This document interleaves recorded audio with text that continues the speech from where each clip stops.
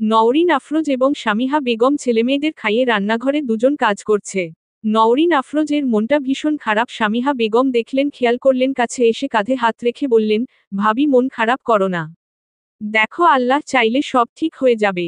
ছেলেমেয়েগুলোকে আল্লাহ এক করে দিয়েছে, ভুলে করুক আর সঠিক করুক, আমরা তো এটাই চেয়েছিলাম। অ্যাটলিস্ট তুমি আর আমি তো চেয়েছিলাম কিভাবে ছেলে মেয়ের সংসারটাকে ভালো করা যায়, এখন সেটা ভাবতে হবে। মন খারাপ করে বসে থাকার সময় না ভাবি। নওরিন আফরোজ বললেন, না রে, ছেলেটার জন্য আসলে খারাপ লাগছে। সে 6টা বছর তো বাহিরে থেকে এলো, আর কয়টা দিনই বা হয়েছিল এসেছে বল। এখন আবার বাহিরে চলে গেল। তবে ফজলুরকে আমি দোষ দেই না, ছেলেটা না বলে বিয়ে করে ভুল করেছে। নীলা রহমান, ফজলুরের কথায়ও যুক্তি আছে।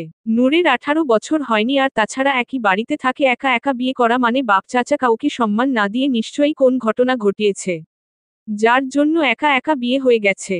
মানুষ আত্মীয় স্বজন রাত কানাঘুষা করবে, অথচ আমরা যদি অনুষ্ঠান করে বিয়ে করাতাম তাহলে কেউ 10 কথা বলতে পারত না। মেয়ের বাবা তো বুঝতে পারি, মেয়ের সম্মানের কথা চিন্তা করেই উনি এই সিদ্ধান্ত নিয়েছেন।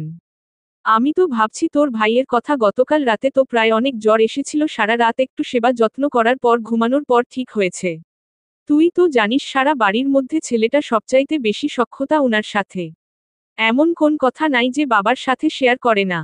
সেই ছেলের গায়ে হাত তুলেছে, উনি সহ্য করতে পারছেন না। যে ছেলের সাথে রাগ করে কথা বলতে পারে না, সেই ছেলের গায়ে হাত তুলেছে তা মানতে পারছে না। নওরিন আফরোজ একটু দীর্ঘশ্বাস ফেলে বলল, আচ্ছা নূরের কি অবস্থা? ও কি একটু নর্মাল হয়েছে? স্কুল থেকে তো শুনলাম সাদাফ বাইরে নিয়ে যাবে। এ কথা যেন আবার কেউ না জানে। টেনশন থেকে বের হয়ে ছেলেমেয়ে দুইটা একটু ঘোরাঘুরি করুক, জীবনটা এনজয় করুক। টেনশন করার জন্য আমরা আছি, কি বলিস? শামিহা বেগম বললেন, তা আর বলতে, টেনশন দেওয়ার জন্যই তো মেয়েটা। তবে আমার এখন টেনশন শেষ। ভাবি কি বলবো, আমি যে কি খুশি, মেয়েটা আমার এখন চোখের সামনে থাকবে। আর 10টা ভুল করলেও, আমি 10টা কথা বললেও তোমরা একটা কথা বলবে না, সেটা আমি জানি। যে যাই বলুক, আমি কিন্তু ভীষণ খুশি সাদাফকে মেয়ের জামাই হিসেবে পেয়ে। আমি তো ওকে আগে থেকে জামাই হিসেবে মেনে নিয়েছিলাম। উনিও কয়দিন পর মেনে যাবে। উনি সাদাফকে অনেক ভালোবাসে। শুধু একটু রাগ করেছে, রাগ কন্ট্রোল করতে পারেনি। দেখবে সুর সুর করে নিজে সবার আগে গিয়ে সাদাফকে নিয়ে আসবে। এদিকে ছাদে বসে কথা বলছে রিমা ও সাইমন। হঠাৎ রিমা বলল, আচ্ছা সাদাফ ভাইয়া এখন কি করছে? কেমন আছে? নূর আছে সাথে তাই না? কি ভীষণ মজা, বিয়ের পর প্রথম দিন বাইরে ঘুরতে গিয়েছে। সাইমন বলল, নূর তো এই প্রথম বিয়ের পর সাদাফ ভাইয়ের সাথে একা কোথাও গেল। তোর তো আমাকে শুকরিয়া আদায় করা দরকার। উঠতে বসতে ধন্যবাদ দেওয়া দরকার। তোকে আমি কতগুলো টাকা খরচ করে ঘুরিয়ে আনলাম। রিমা বলল, কতগুলো টাকা মানে? মাত্র 4-5 হাজার। আর তার মধ্যে আমার আর আমার ভাইয়ের টাকা সব। সাইমন বলল, এই তো শুরু হয়ে গেল খোটা। টাকাটা ভাইয়া আমাকে দিয়েছে, তার মানে এটা আমার ছিল। তোর পিছনে খরচ করার জন্য দেয়নি। এজন্যই বলে মেয়েদের পিছনে 2 হাত ভরে খরচ করলেও লাভ নেই, এরা নিমক হারাম জাতি। আর মাত্র 4-5 হাজার টাকা? তোর কিপটা বাপেরা তো আমাকে 4-5 হাজার টাকা মাসে দেয় না। হাত পাততে হয় তোর ভাইয়ের কাছে। আর এখন লজ্জার কথা কি বলবো? তোর ভাইয়ের তো সম্বন্ধী হয়ে গেলাম। আমি এখন কিভাবে হাত পাতব? বলা যাবে ভাইয়া আমাকে 3,000-4,000 টাকা দেন? ছোট বোনের জামাই বলে কথা। রিমা সাইমনের দিকে তাকিয়ে দীর্ঘশ্বাস ছাড়ল। না, এই বতারা চিহ্ন লোদের কিছু হবে না। অনেকক্ষণ রিমাকে চুপচাপ থাকতে দেখে সাইমন বলল, কি হয়েছে, কি নিয়ে টেনশন করছিস? রিমা বলল, আচ্ছা আমাদের কি ব্রেকআপ করে ফেলা উচিত? দেখো না ভাইয়াকে তোমার আব্বু বের করে দিল, তোমাকেও তাহলে আমার আব্বু বের করে দিবে। দুজনই যদি বাড়ির বাহিরে থাকো তাহলে আমরা কি করব? সাইমন রিমার দিকে তাকিয়ে বলল, কি আর করবি, ডিস্কো ডান্স করবি। আসলে মুরব্বীরা যা বলে তা ঠিক বলে, ছেলেদের অধপতনের পিছনে মেয়েদের হাত থাকে। আর আমাদের 2 ভাইয়ের তো শুধু হাত না, হাত পা মাথা পুরা শরীরই আছে। সাদাফ নূরের দিকে তাকিয়ে আছে এক দৃষ্টিতে। তারপর নীরবতা ভেঙে বলল, আই এম সরি নূর। কথাটা বুঝার চেষ্টা কর। আমি এত কিছু বুঝিনি, ভেবেছিলাম তোকে সারপ্রাইজ দিব। নূরের চোখ ছলছল, যে কোনো মুহূর্তে পানি ঝরে পড়বে। হঠাৎ এমন সময় দরজা নক করল সাবা। নূর তাকালো দরজার দিকে। তাকিয়ে দেখল সাবা আপু। সাথে সাথে নূর চোখে পানি আড়াল করার চেষ্টা করল। মাথা নিচু করে ফেলল। সাদাফের দিকে তাকিয়ে সাবা বলল, সাদাফ তুই বাইরে যা, আমি একটু নূরের সাথে কথা বলবো। সাদাফ বলল, কিন্তু সাবা। সাবা বলল, জানা সাদাফ, যা করার তুই করেছিস, এখন বাকিটা আমাকে দেখতে দে। নূর অবাক হয়ে গেল। ভাবল কি কথা বলবে সাবা আপু নূরের সাথে? সাবা আপু কি সব কথা শুনে ফেলেছে? লজ্জায় তাকাতে পারছে না নূর উপরে। সাদাফ বাইরে চলে গেল। যাওয়ার আগে একবার নূরের দিকে তাকালো। খুব খারাপ লাগছে সাদাফের। সারপ্রাইজ দিতে চেয়েছিল, খুশি করতে চেয়েছিল, উল্টো মেয়েটাকে দুঃখী করে ফেলল। যাওয়ার সময় দরজাটা চাপিয়ে দিয়ে সোহানদের সাথে সোফায় গিয়ে বসে পড়ল সাদাফ। সাবা নূরের দিকে তাকিয়ে নূরের থুতনি ধরে মুখটা উপরে তুলে বলল, তুমি জানো তুমি আমার থেকে কত বছরের ছোট? নীলা রহমান লেখিকা। নূর অবাক হয়ে তাকালো সাবার দিকে। সাবা নূরের চোখের পানি মুছতে মুছতে বলল, তুমি আমার থেকে গুনে গুনে 10 বছরের ছোট। নূর বুঝতে পারছে না সাবা আপু কি বলবে, তাই জানার জন্য তাকিয়ে রইল সাবা আপুর দিকে। সাবা বলল, তুমি জানো সাদাফ তোমাকে কখন থেকে ভালোবাসে? নূর অবাক হয়ে গেল। সাবা আপু জানে সাদাফ ভাই নূরকে ভালোবাসে? নূর অবাক দৃষ্টিতে তাকিয়ে চুপচাপ চেয়ে রইল, কিন্তু চোখ যেন বলছে নূর জানতে চায়। সাবা বলতে শুরু করল, যেদিন থেকে তোমার জন্ম হয়েছে তোমাকে প্রথম কোলে নিয়েছে, বিশ্বাস করবে না সাদাফ তোমাকে সেদিন থেকে ভালোবাসে। আর এই কথা আমরা প্রত্যেকটা মানুষ জানি, প্রত্যেকটা বন্ধু জানি।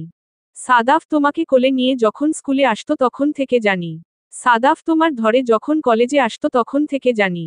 যখন সাদাফ বিদেশ চলে যায় আমরা তখন থেকে জানি।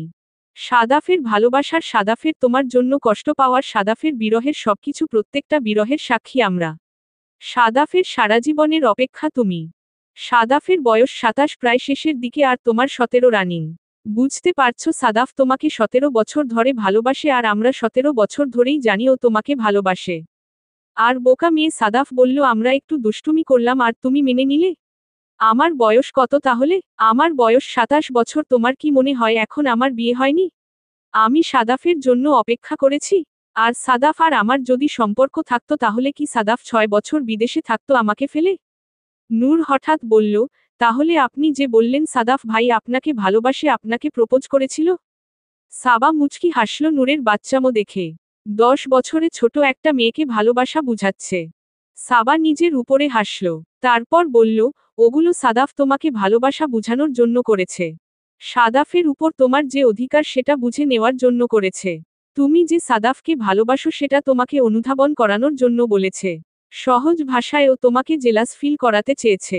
আর দেখো না কাজ হয়েছে। সেদিন থেকে তুমি তারা চিহ্ন, লেপু তারা চিহ্ন, রে তারা চিহ্ন রোছো সাদাফের জন্য। তার আগে হয়তো তুমি এত বুঝতেও পারোনি সাদাফ যে তোমাকে এত ভালোবাসে। তুমি যে সাদাফকে এত ভালোবাসো সেটাই কি তুমি বুঝতে পেরেছিলে? যেদিন তুমি জানলে আমার সাথে সাদাফের সম্পর্ক, সেদিন থেকে তোমার ভিতরে সাদাফের জন্য ভালোবাসা, অনুভূতি তুমি বুঝতে পেরেছ। আর সেই অনুভূতি বোঝানোর জন্যই সাদাফ মিথ্যে নাটকটুকু করেছিল।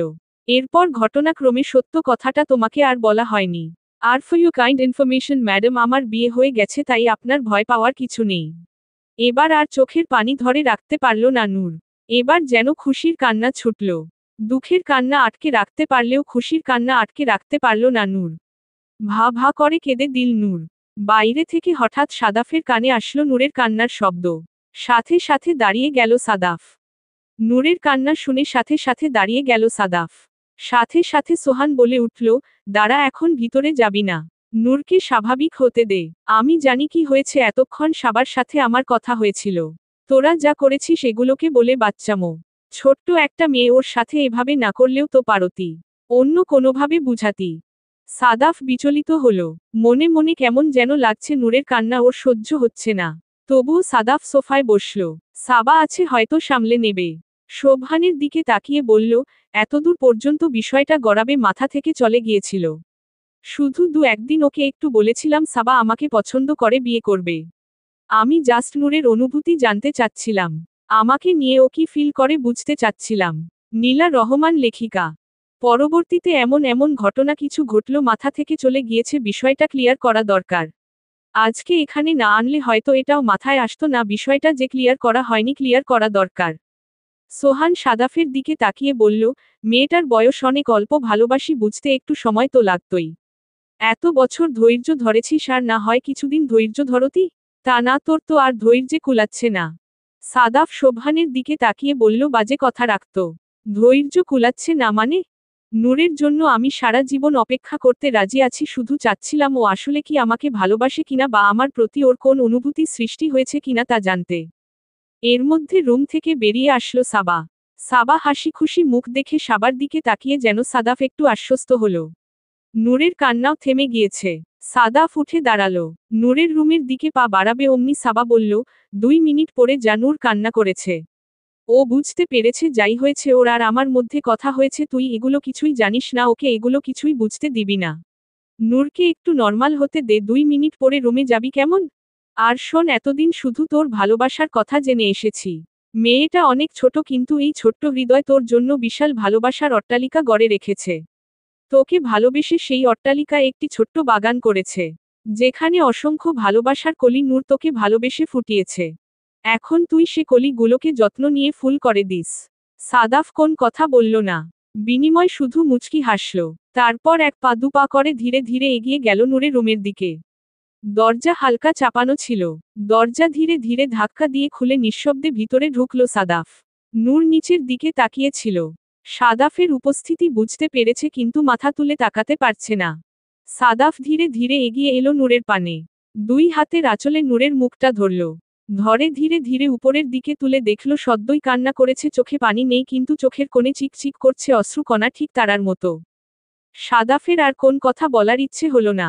কোন কথা বলতে ইচ্ছে হলো না, চুপচাপ নূরের মাথাটা নিজের বুকে রাখল। রেখে বলল, শুনতে পাচ্ছিস আমার হৃদয়ের স্পন্দন? আমার হৃদয় প্রত্যেকটি স্পন্দন শুধু তোর কথা বলে নূর। এ হৃদয় কখনো কেউ ছিল না, থাকবেও না। যেদিন থেকে বুঝতে শিখেছি এটা আমার হৃদয়, এটি কারো নামে স্পন্দিত হতে পারে, সেদিন থেকে শুধু তোর নামে স্পন্দিত হয়েছে নূর। আমার প্রত্যেকটা হৃদয় স্পন্দন শুধু তোর নামেই হয়েছে। যখন তুই আমার বুকে এসেছিস আমার হৃদয়ের স্পন্দন যেন আরো বেড়ে গিয়েছে, যখন তুই আমার থেকে দূরে গিয়েছিস আমার হৃদয়টা কেঁপে উঠত। তুই কি করে ভাবলি এই হৃদয় তোকে ছাড়া আমি অন্য কাউকে স্থান দিয়েছি? যেদিন তুই পৃথিবীতে ভূমিষ্ঠ হলি প্রথম আমার হাতে আমি তোকে নিলাম, সেদিন থেকে আমার হৃদয়, আমার জীবন, আমার সবকিছু আমি তোর নামে দিয়ে দিয়েছিলাম নূর। নূর আর কোন কথা বলতে পারছে না। সাদাফের বুকে কান পেতে শুধু সাদাফের হৃদয়ের স্পন্দন অনুভব করছে আর সাদাফের কথাগুলো শুনছে। নিঃশব্দে নূরের চোখ দিয়ে গাল বেয়ে বেয়ে পানি পড়ছে টুপটুপ করে। সাদাফ এক হাত দিয়ে নূরের গালে পানিগুলো মুছে দিয়ে নূরের মাথাটা তুলে নূরের দিকে তাকালো। তাকিয়ে 2 চোখের পাতায় 2টি চুমু একে বলল, আর কাঁদিস না, আর কত কাঁদবি? মানুষ দেখলে কি বলবে বল? তোকে আমি নিয়ে আসলাম তোকে একটু খুশি করার জন্য, এখানে এসে তোকে এক সমুদ্র কষ্ট দিয়ে দিলাম। এবারে মতো না হয় তোর স্বামীকে ক্ষমা করে দে। মনে কর এটাই তোর স্বামীর প্রথম এবং শেষ ভুল। এরপর আর কোন ভুল করব না। নূর কথাটি শুনেই সাথে সাথে সাদাফকে 2 হাত দিয়ে জড়িয়ে ধরল। সাদাফের মরুভূমির মতো শুষ্ক হৃদয় যেন এক পশলা বৃষ্টির মতো ঝড়ে শীতল করে দিল। সাদাফ নূরের মাথায় হাত বুলিয়ে দিতে লাগল। বাহিরে সাবা, সোহান, রনি সবাই মিলে খাবারের প্যাকেটগুলো খুলে খাবারের আয়োজন করল। সোহান বলল, তাড়াতাড়ি খাবার আয়োজন কর। সাদাফ তো বউ নিয়ে ব্যস্ত, আমাদের যে ক্ষুধা লাগছে, এদিকে দিনভর কাজ করলাম, এদিকে তোর বন্ধুর কোন খেয়ালি নেই। চুপ করতো, মেয়েটা কান্না করছে, একটু সময় তো লাগবেই। আর আমরা আছি না, আমরা রেডি করে দিচ্ছি, ওরা বের হলেই সাথে সাথে খেতে পারবে, বলল সাবা। সোহান সাবার দিকে তাকিয়ে বলল, তা তোর বিবাহিত জীবনের কি খবর? তোর স্বামী কি দেশে আসছে নাকি এখনো বিদেশে পড়ে আছে? সাবা বলল, এই তো আর কিছুদিন, হয়তো মাঝখানেক লাগবে, তারপর চলে আসবে। তাছাড়া মায়ের শরীরটা ভালো ছিল না, সবকিছু মিলিয়ে খুব ব্যস্ত সময় পার করছিলাম। এই 2-1 দিন ধরে একটু সাদাফের সাথে আবার যোগাযোগ হলো, এখন একটু ভালো লাগছে বাইরে বের হতে পেরে, তোদের সাথে দেখা করতে পেরে। ঠিক এমন সময় নূরের হাত ধরে রুম থেকে বের হলো সাদাফ। নূরের কেমন যেন একটু লজ্জা লজ্জা লাগছে। প্রথম যখন আসলো তখন তো মন খারাপ ছিল, এসব কিছু বুঝতে পারিনি, কিন্তু এতক্ষণ 2 জন এক রুমে ছিল তাই এখন খুব লজ্জা লাগছে, কে কি ভাববে এসব ভেবে। রনি সাথে সাথে বলে উঠল, আসেন ভাবি সাব, আপনার জন্যই অপেক্ষা করছি। শালার কি দিন আসলো, হাঁটুর বয়সী এক মেয়েকে এখন ভাবি সব বলে ডাকতে হবে। সব আমাদের সাদাফের কৃপায়। নীলা রহমান, লেখিকা। নূর সাথে সাথে তাকালো সাদাফের দিকে। তার মানে কি সবাই জানে নূরের সাথে সাদাফের বিয়ে হয়ে গিয়েছে? সোহান বুঝতে পারল নূরের মনের কথা। বলল, হ্যাঁ হ্যাঁ ভাবি, আমরা সবাই জানি আপনাদের যে গতকাল বিয়ে হয়েছে। আর আপনার বাবা মানে আমাদের সাদাফের শ্বশুরমশাই ওকে যে ঘাড় ধরে বাড়ি থেকে বের করে দিয়েছে, তার জন্যই তো এই বিশাল আয়োজন। এখন আসুন আপনার সিট গ্রহণ করুন, আমাদের অনেক ক্ষুধা পেয়েছে। দেবরগুলোর দিকে একটু চোখ তুলে তাকান, ক্ষুধার্ত দেবরগুলো সারাদিন কাজ করেছে, বলল রনি। কথাগুলো শুনে লজ্জায় নূর মুচকি হাসল। সাদাফ তাকিয়ে রইল নূরের দিকে। তাড়াতাড়ি এসো, আমাদের আসলে অনেক ক্ষুধা লেগেছে। খাওয়া দাওয়া শেষ করে আমরা সবাই বারান্দায় বসব। বারান্দাটা কিন্তু বিশাল বড়, সেখানে বসে গানের আড্ডা করব কেমন? বলল সাবা। নূর ছোট্ট করে উত্তর দিল, জি। খাওয়া দাওয়া শেষ করে যথারীতি সবাই বারান্দায় আড্ডার জন্য বসেছে। সোহান গান গাইতে পারে, সোহান গান গাইবে। সাবা একটি কোকের বোতল আনতে গেল। মোটামুটি দুজনের জন্য ছোট্ট একটি ফ্রিজ কিনেছে, যাতে একদিন রান্না করে একদিন রেখে খেতে পারে এমন। রনি সোবহানের গিটারটা হাত দিয়ে ছুঁয়ে ছুঁয়ে দেখছিল। এদিকে সোহান এবং সাদাফ রুমে সিগারেট খাচ্ছিল আর কথা বলছিল। সোহান সাদাফের দিকে তাকিয়ে বলল, কিরে, যাওয়ার সময় কি রুম টুম সাজিয়ে দিয়ে যাব? না মানে যদি কিছু মিছু করার ইচ্ছা হয়। নতুন বাড়ি, নতুন বউ, নতুন বিয়ে, সবকিছুর নতুন নতুন, তাই বলছিলাম আর কি। বাজে কথা রাখত। নূর শুনতে পারবে, শুনতে পেলে ভয় পেয়ে যাবে। এসব বাজে কথা এখন বলছিস কেন? বলল সাদাফ। আমি এখন বললেই দোষ? আমাদের গ্রেট অধৈর্য মহৎ পুরুষ সাদাফ 10 বছরের একটা বাচ্চা মেয়েকে কোলে নিয়ে ললিপপের লোভ দেখিয়ে কবুল বলিয়েছে, সেই মেয়ে আজকে ওর পুনরায় বিবাহিত বউ। নতুন বাড়িতে এসেছে, কিছু করার যে তারা চিহ্ন মনা বা তারা চিহ্ন সনা জাগবে না, সেটা তো বুঝতে পারিনি। বন্ধু তুমি মহৎ, তোমাকে তো বসিয়ে রেখে পা ধুয়ে পানি খাওয়া দরকার। তা বলছিলাম, যদি কিছু করার ইচ্ছা থাকে তোর, তো আবার ঘরে মিউজিক সিস্টেম নেই না? মানে আশেপাশে, তোর আশেপাশে আরো 3-4টা ফ্ল্যাট আছে তো, বুঝতেই পারছিস বন্ধু, একটু রয়সয়। তোর বউ ছোট্ট, বুঝবে কম, চিল্লাবে বেশি। হেসে হেসে কথাগুলো বলল সোহান। সাদাফ বুঝতে পারছে না কি বলবে সোহানকে, তাই চুপচাপ সোবহানের দিকে তাকিয়ে রইল, ভ্রু দুটো কুঁচকে। বিকালে চা কফি নিয়ে সবাই যথারীতি আড্ডা দিতে বসে গেল। বারান্দায় রনি গিটার নাড়াচাড়া করল কিছুক্ষণ, কিন্তু যেহেতু রনি গিটার বাজাতে পারে না বা গান গাইতে পারে না, তাই বাধ্য হয়ে দিয়ে দিল সোবহানের হাতে। সাবা বলে উঠল, সুন্দর একটা গান ধরত। আজ নতুন কপতির বিবাহিত জীবনের প্রথম দিন, একসাথে সুন্দর করে একটা গান ওদের ডেডিকেট করে গাইবি। সোহান গিটারে একবার টুংটাং করে সিলেক্ট করে নিল কোন গান গাইবে। তারপর বলল, ঠিক আছে, তোরা এখন রোমান্টিক জুটি, তোদের জন্য একটা রোমান্টিক গান গাই। নূর লজ্জায় মাথা নিচু করে ফেলল। বয়সে সবাই 10 বছরের বড়। জেনারেশন গ্যাপ, তাই সহজ হতে পারছে না। সাদাফ সবার অগোচরে নূরের হাতের আঙ্গুলের ভাঁজে ভাঁজে নিজের আঙুল সুন্দর করে গুজে দিল। নূর চমকে উঠল যেন। 2-1 বার হাত ছাড়ানোর চেষ্টা করল, কিন্তু সাদাফ ছাড়ল না নূরের হাত। সোহান গাইতে শুরু করল, একটা প্রেমের গান লিখেছি, আর তাতে তোর নাম লিখেছি। মাঝরাতে বদনাম হয়েছে মন, যেই না চোখের ইচ্ছে হলো তোর পাড়াতে থাকতে গেল, ডাকনামে তোর ডাকতে গেল মন। কি করি এমন অসুখে, জমেছে মরণ এ বুকে। বাকিটুকু বুঝে নেন। সবাই সাথে সাথে হাততালি দিয়ে উঠল। নূর ও সাদাফ হাততালি দিতে পারছে না, কারণ এক হাত সাদাফের হাতে, তাই এক হাত দিয়ে হাঁটুর উপরে ধীরে ধীরে চাপড়াতে লাগল।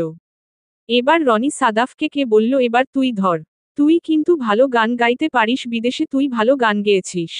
সোহান বলল, তা আর বলতে, আমার চেয়ে ভালো আর কে জানে, তোরা তো ভিডিও কলে শুনেছিস, আমি তো নিজে স্বয়ং দেখেছি। চমৎকার গান গায় আমাদের সাদাফ। নূর অবাক হয়ে গেল, সাদাফ ভাইয়া গান গায়?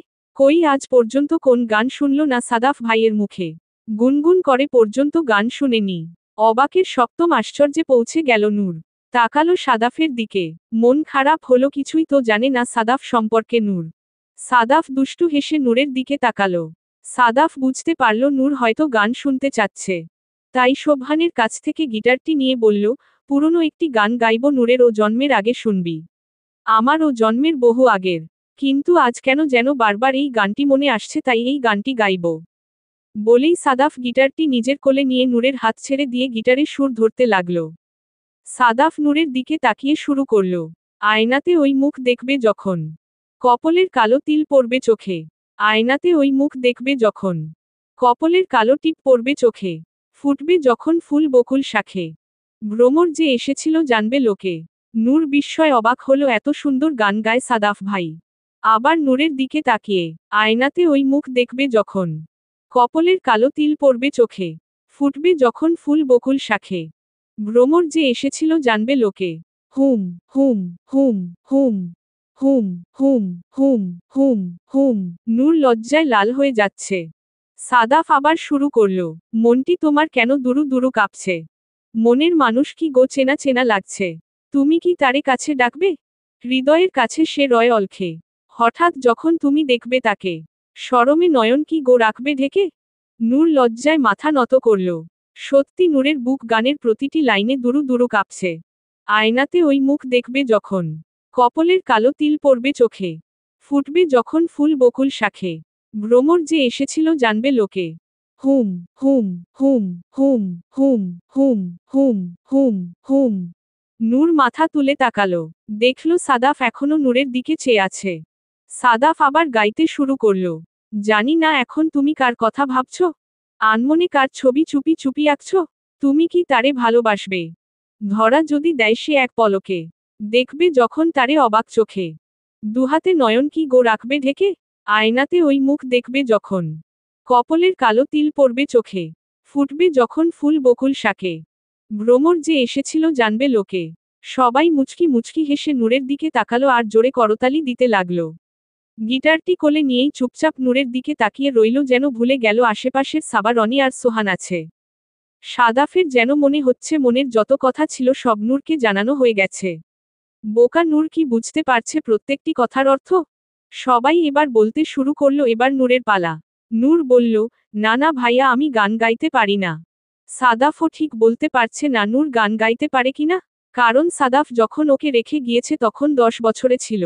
এখন 16 বছর পার করলো, এই 6 বছর ওর সাথে ছিল না সাদাফ, তাই ঠিক শিওর হয়ে বলতে পারছে না। তাই সোহানের দিকে তাকিয়ে বলল, থাক নূর হয়তো লজ্জা পাবে, হয়তো গান গাইতে পারে না। সাবা বলল, তুই চুপ কর, মেয়ে মানুষ আর গান গাইতে পারে না? একটু হলেও পারে। গান গাইতে পারে না, গুনগুন করে হলো গাইতে পারবে। নূর, কোন কথা শুনবো না, আজকে তোমাকে গান গাইতেই হবে, তোমাকে সাদাফের কসম। নূর লজ্জায় কাচুমাচু করছে, তারপর মুখ খুলে বলল, আমি একটি গান পারি, অল্প একটু, বেশি পারি না। সাবা বলল, ঠিক আছে, অতটুকুই চলবে। সাদাফ অবাক হয়ে তাকিয়ে রইল নূরের দিকে, দেখতে চাইল কি গান গাইতে পারে নূর অল্প একটু তাও। নূর চোখ তুলে একবার সাদাফের দিকে তাকালো, তারপর লজ্জায় আবার মাথা নিচু করে ফেলল। তারপর গান গাইতে শুরু করল, ও চাঁদ তুমি সরে যাও, ও রাত তুমি দূরে যাও, মনের মানুষ আজ এসেছে কাছে, আমি চুপি চুপি কিছু কথা বলবো তাকে, শিশির আসতে ঝড়ো শব্দ করো না, বাতাস ঝড়ো বেগে আজকে এস না, এখনো হয়নি বলা মনের কথা, আরো কিছু সময় যেতে দাও, আমার স্বপ্নটাকে কেউ তো ভেঙ্গো না, এমন লগ্ন জানি আর তো পাব না, এখনো হয়নি বলা মনের কথা, আর কিছুক্ষণ তুমি যেতে দাও। গান গাওয়ার সময় নূর একবারের জন্য মাথা উপরে তুলেনি, গান গাওয়া শেষেও তুলছে না। সাদাফ যেন এখনো স্বপ্নে ভাসছে, এত সুন্দর গান নূরের কণ্ঠে। গানের অর্থগুলো কি মেয়েটা জানে? কি সুন্দর করে গান গাইল। সাদাফ যেন মনের ভিতর ঠান্ডা শীতল অনুভূতি অনুভব করতে পারছে। সবাই হাততালি দিয়ে নূরকে বাহবা দিল, বলল, খুব সুন্দর গান গেয়েছ, তোমার গানের কণ্ঠ তো অনেক সুন্দর, শুধু শুধু বলছিলে কেন গান পারো না, বলল সাবা। সবাই চলে গেলে সাদাফ নূরকে বাড়িতে দিয়ে আসবে, তাই নূর রেডি হচ্ছিল। হঠাৎ সাদাফ পিছনে থেকে এসে নূরকে জড়িয়ে ধরে বলল, আবার কবে আসবি? নুরু লজ্জা পেয়ে গেল, বলল, আপনি যেদিন আনবেন। সাদাফ বলল, আমার তো যেতে দিতে ইচ্ছে হচ্ছে না। নূর বলল, বাবারা থাকতে দিবে না আমাকে। সাদাফ বলল, উফ, তোর বাবাদের যন্ত্রণায় আর পারছি না। সোনায় বাঁধানো কপাল আমার, সব প্রেমিকদের লড়তে হয় একটি শ্বশুরের সাথে, আর আমার তো দুইটা শ্বশুরের সাথে লড়তে হচ্ছে। ভেবে পাচ্ছি না, আমাকে বাসা থেকে বের করে শান্তি হয়নি, এখন তোকে আমার কাছে আসতে দিবে না? আমি ছো মেরে তোকে আমার কাছে নিয়ে আসব। আচ্ছা শোন, নূর বলল, হুম বলেন। সাদাফ বলল, তুই যে গান গেয়েছিস, গানের কথাগুলো কি বুঝতে পেরেছিস? সামনাসামনি তো আমাকে কোন মনের কথা বলিস না, আজকে একটু বলবি, আমি শুনতে চাই। ছাদে দাঁড়িয়ে আছে রিমা আর সাইমন। রিমা বলছে, তাড়াতাড়ি নিচে যাই বাবা, বাবারা যদি এসে দেখে ফেলে তোর সাথে এখানে, তোর তো ঠ্যাং ভে তারা চিহ্ন নিয়ে ফেলবে। সাদাফ ভাইকে তো সম্মানের সাথে বাড়ি থেকে বের করেছে, একটা তারা চিহ্ন পোপর দিয়ে তোকে মাতারা চিহ্ন রতে ঠ্যাং ভে তারা চিহ্ন নিয়ে ফেলবে। সাইমন বলল, তোর বাবা চাচাদের ভয় এখন আমরা ভাইয়েরা ঠিকঠাক মতো প্রেমও করতে পারবো না। কি একটা অবস্থা হয়ে গেছে চিন্তা কর, নিজের বাপ চাচা কিনা আমাদের ঠ্যাং ভে তারা চিহ্ন নিয়ে ফেলবে, তাও আবার এত গর্ব করে বলছিস। গা তারা চিহ্ন ধি তোর লতারা চিহ্ন, যা লাগে না হবু স্বামী সম্পর্কে এরকম কথা বলতে? আর যদি ল্যাংতারা চিহ্ন রা হয়ে যায় তাহলে তোরই সেবা যত্ন করতে হবে, এমনিতে ছোটবেলা থেকে সব তুই করিস। হ্যাঁ, ওই করাটাই কাল হয়ে গেছে, না হলে তোর মতো দুমুখ কালসা তারা চিহ্ন পেয়ের সাথে প্রেম হতো না, বলল রিমা। আমি দুমুখ কালসা তারা চিহ্ন প? জিজ্ঞেস করল সাইমন। রিমা বলল, হ্যাঁ, দুই মুখ কালসা তারা চিহ্ন প। ভাই তো বুক ফুলিয়ে বিয়ে করে বউয়ের হাত ধরে বাসায় এসেছে আর তুই ধরা খেলে আমাকে রেখে পালাবি সেটা আমি জানি। সাইমন রিমার হাত ধরে হেঁচকা টান দিয়ে রিমাকে নিজের বুকে নিয়ে আসলো। তারপর দুই হাত দিয়ে রিমার মুখ চেপে ধরে বলল, আজকে বলেছিস খবরদার এই কথা আর বলবি না। আমাদের বংশের তারা চিহ্ন তো সম্পর্কে তোর ধারণা আছে, আমার সম্পর্ক ধারণা রাখো। হাত পা কেন গলাকে তারা চিহ্নটে ফেললেও তোকে ছাড়ব না। তোর উপরে এখন তোর বাপ চাচাদের থেকেও বেশি আমার অধিকার, এটা যেন মাথায় থাকে। দুনিয়াকে তারা চিহ্ন আমত হয়ে গেলেও আমার থেকে সরার কথা চিন্তাও করবি না, ব্রেকআপ তো অনেক দূর, স্বপ্নেও ভাববি না। রিমা বলল, কিন্তু আমার যে ভতারা চিহ্ন অকরছে, সত্যি অনেক ভতারা চিহ্ন অকরছে। সাদাফ ভাইয়াকে সবাই এত ভালোবাসে, তাকেই গায়ে হাত তুলেছে, বাড়ি থেকে বের করে দিয়েছে, আর তোমাকে কি করবে ভাবতে আমার কলিজাটা কেঁপে উঠছে। সাইমন রিমাকে সাথে সাথে জড়িয়ে ধরল। কপালে একটি তারা চিহ্ন, মুখে বলল, এসব ভাববি না।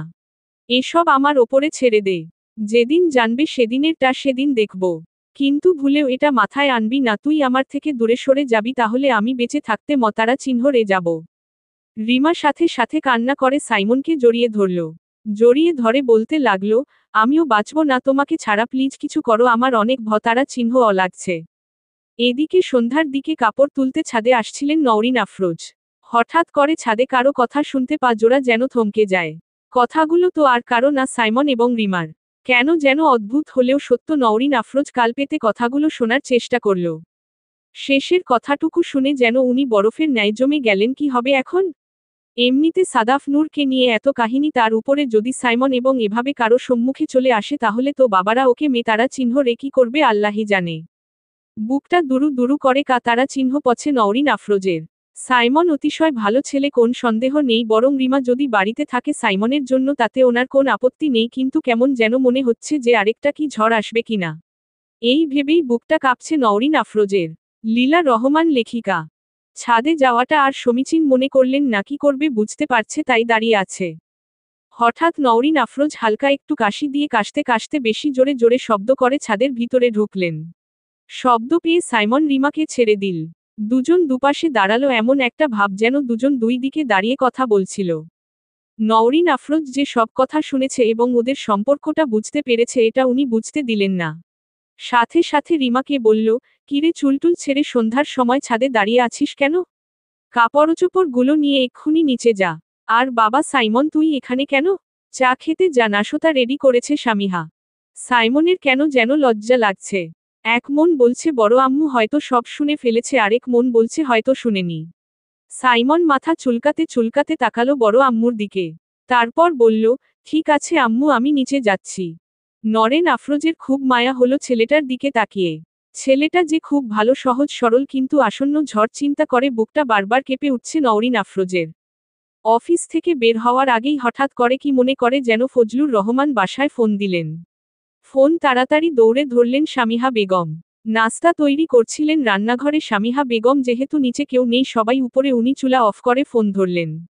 সাথে সাথে ফজলুর রহমান বলল, নূরের কি অবস্থা, নূর কোথায়? স্বামীহা বেগম চুপ হয়ে গেলেন। আমতা আমতা করে বললেন, নূর তো রুমে। আমি নিচে নাস্তা তৈরি করছি, তাই বলতে পারবো না। ফজলুর রহমান বললেন, সারাদিন কি নিচে নামেনি? দুপুরে খেয়েছে? নীলা রহমান। স্বামীহা বেগমের মিথ্যা মুখ দিয়ে আসছে না, তারপরও বলল, হ্যাঁ খেয়েছে। চিন্তা করবেন না, আপনি আস্তে ধীরে আসুন, কোন সমস্যা নেই।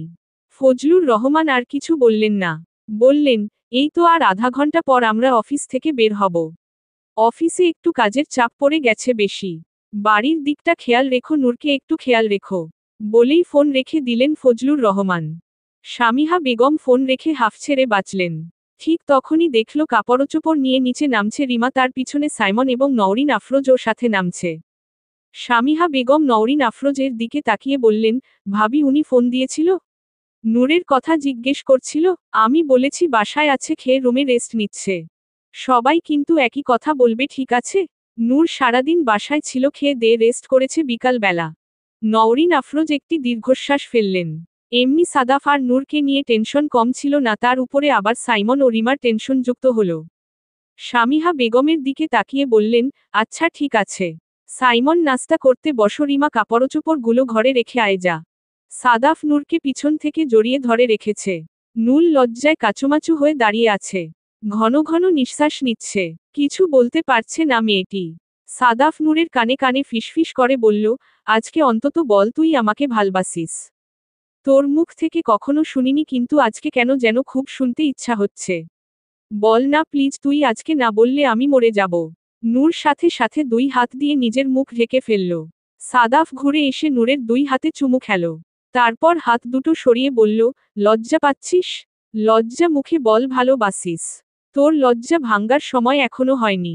লজ্জাটুকু তোলা রাখো, আমি নিজ হাতে খুব যত্ন নিয়ে ভেঙে দিব। চলবে _________________।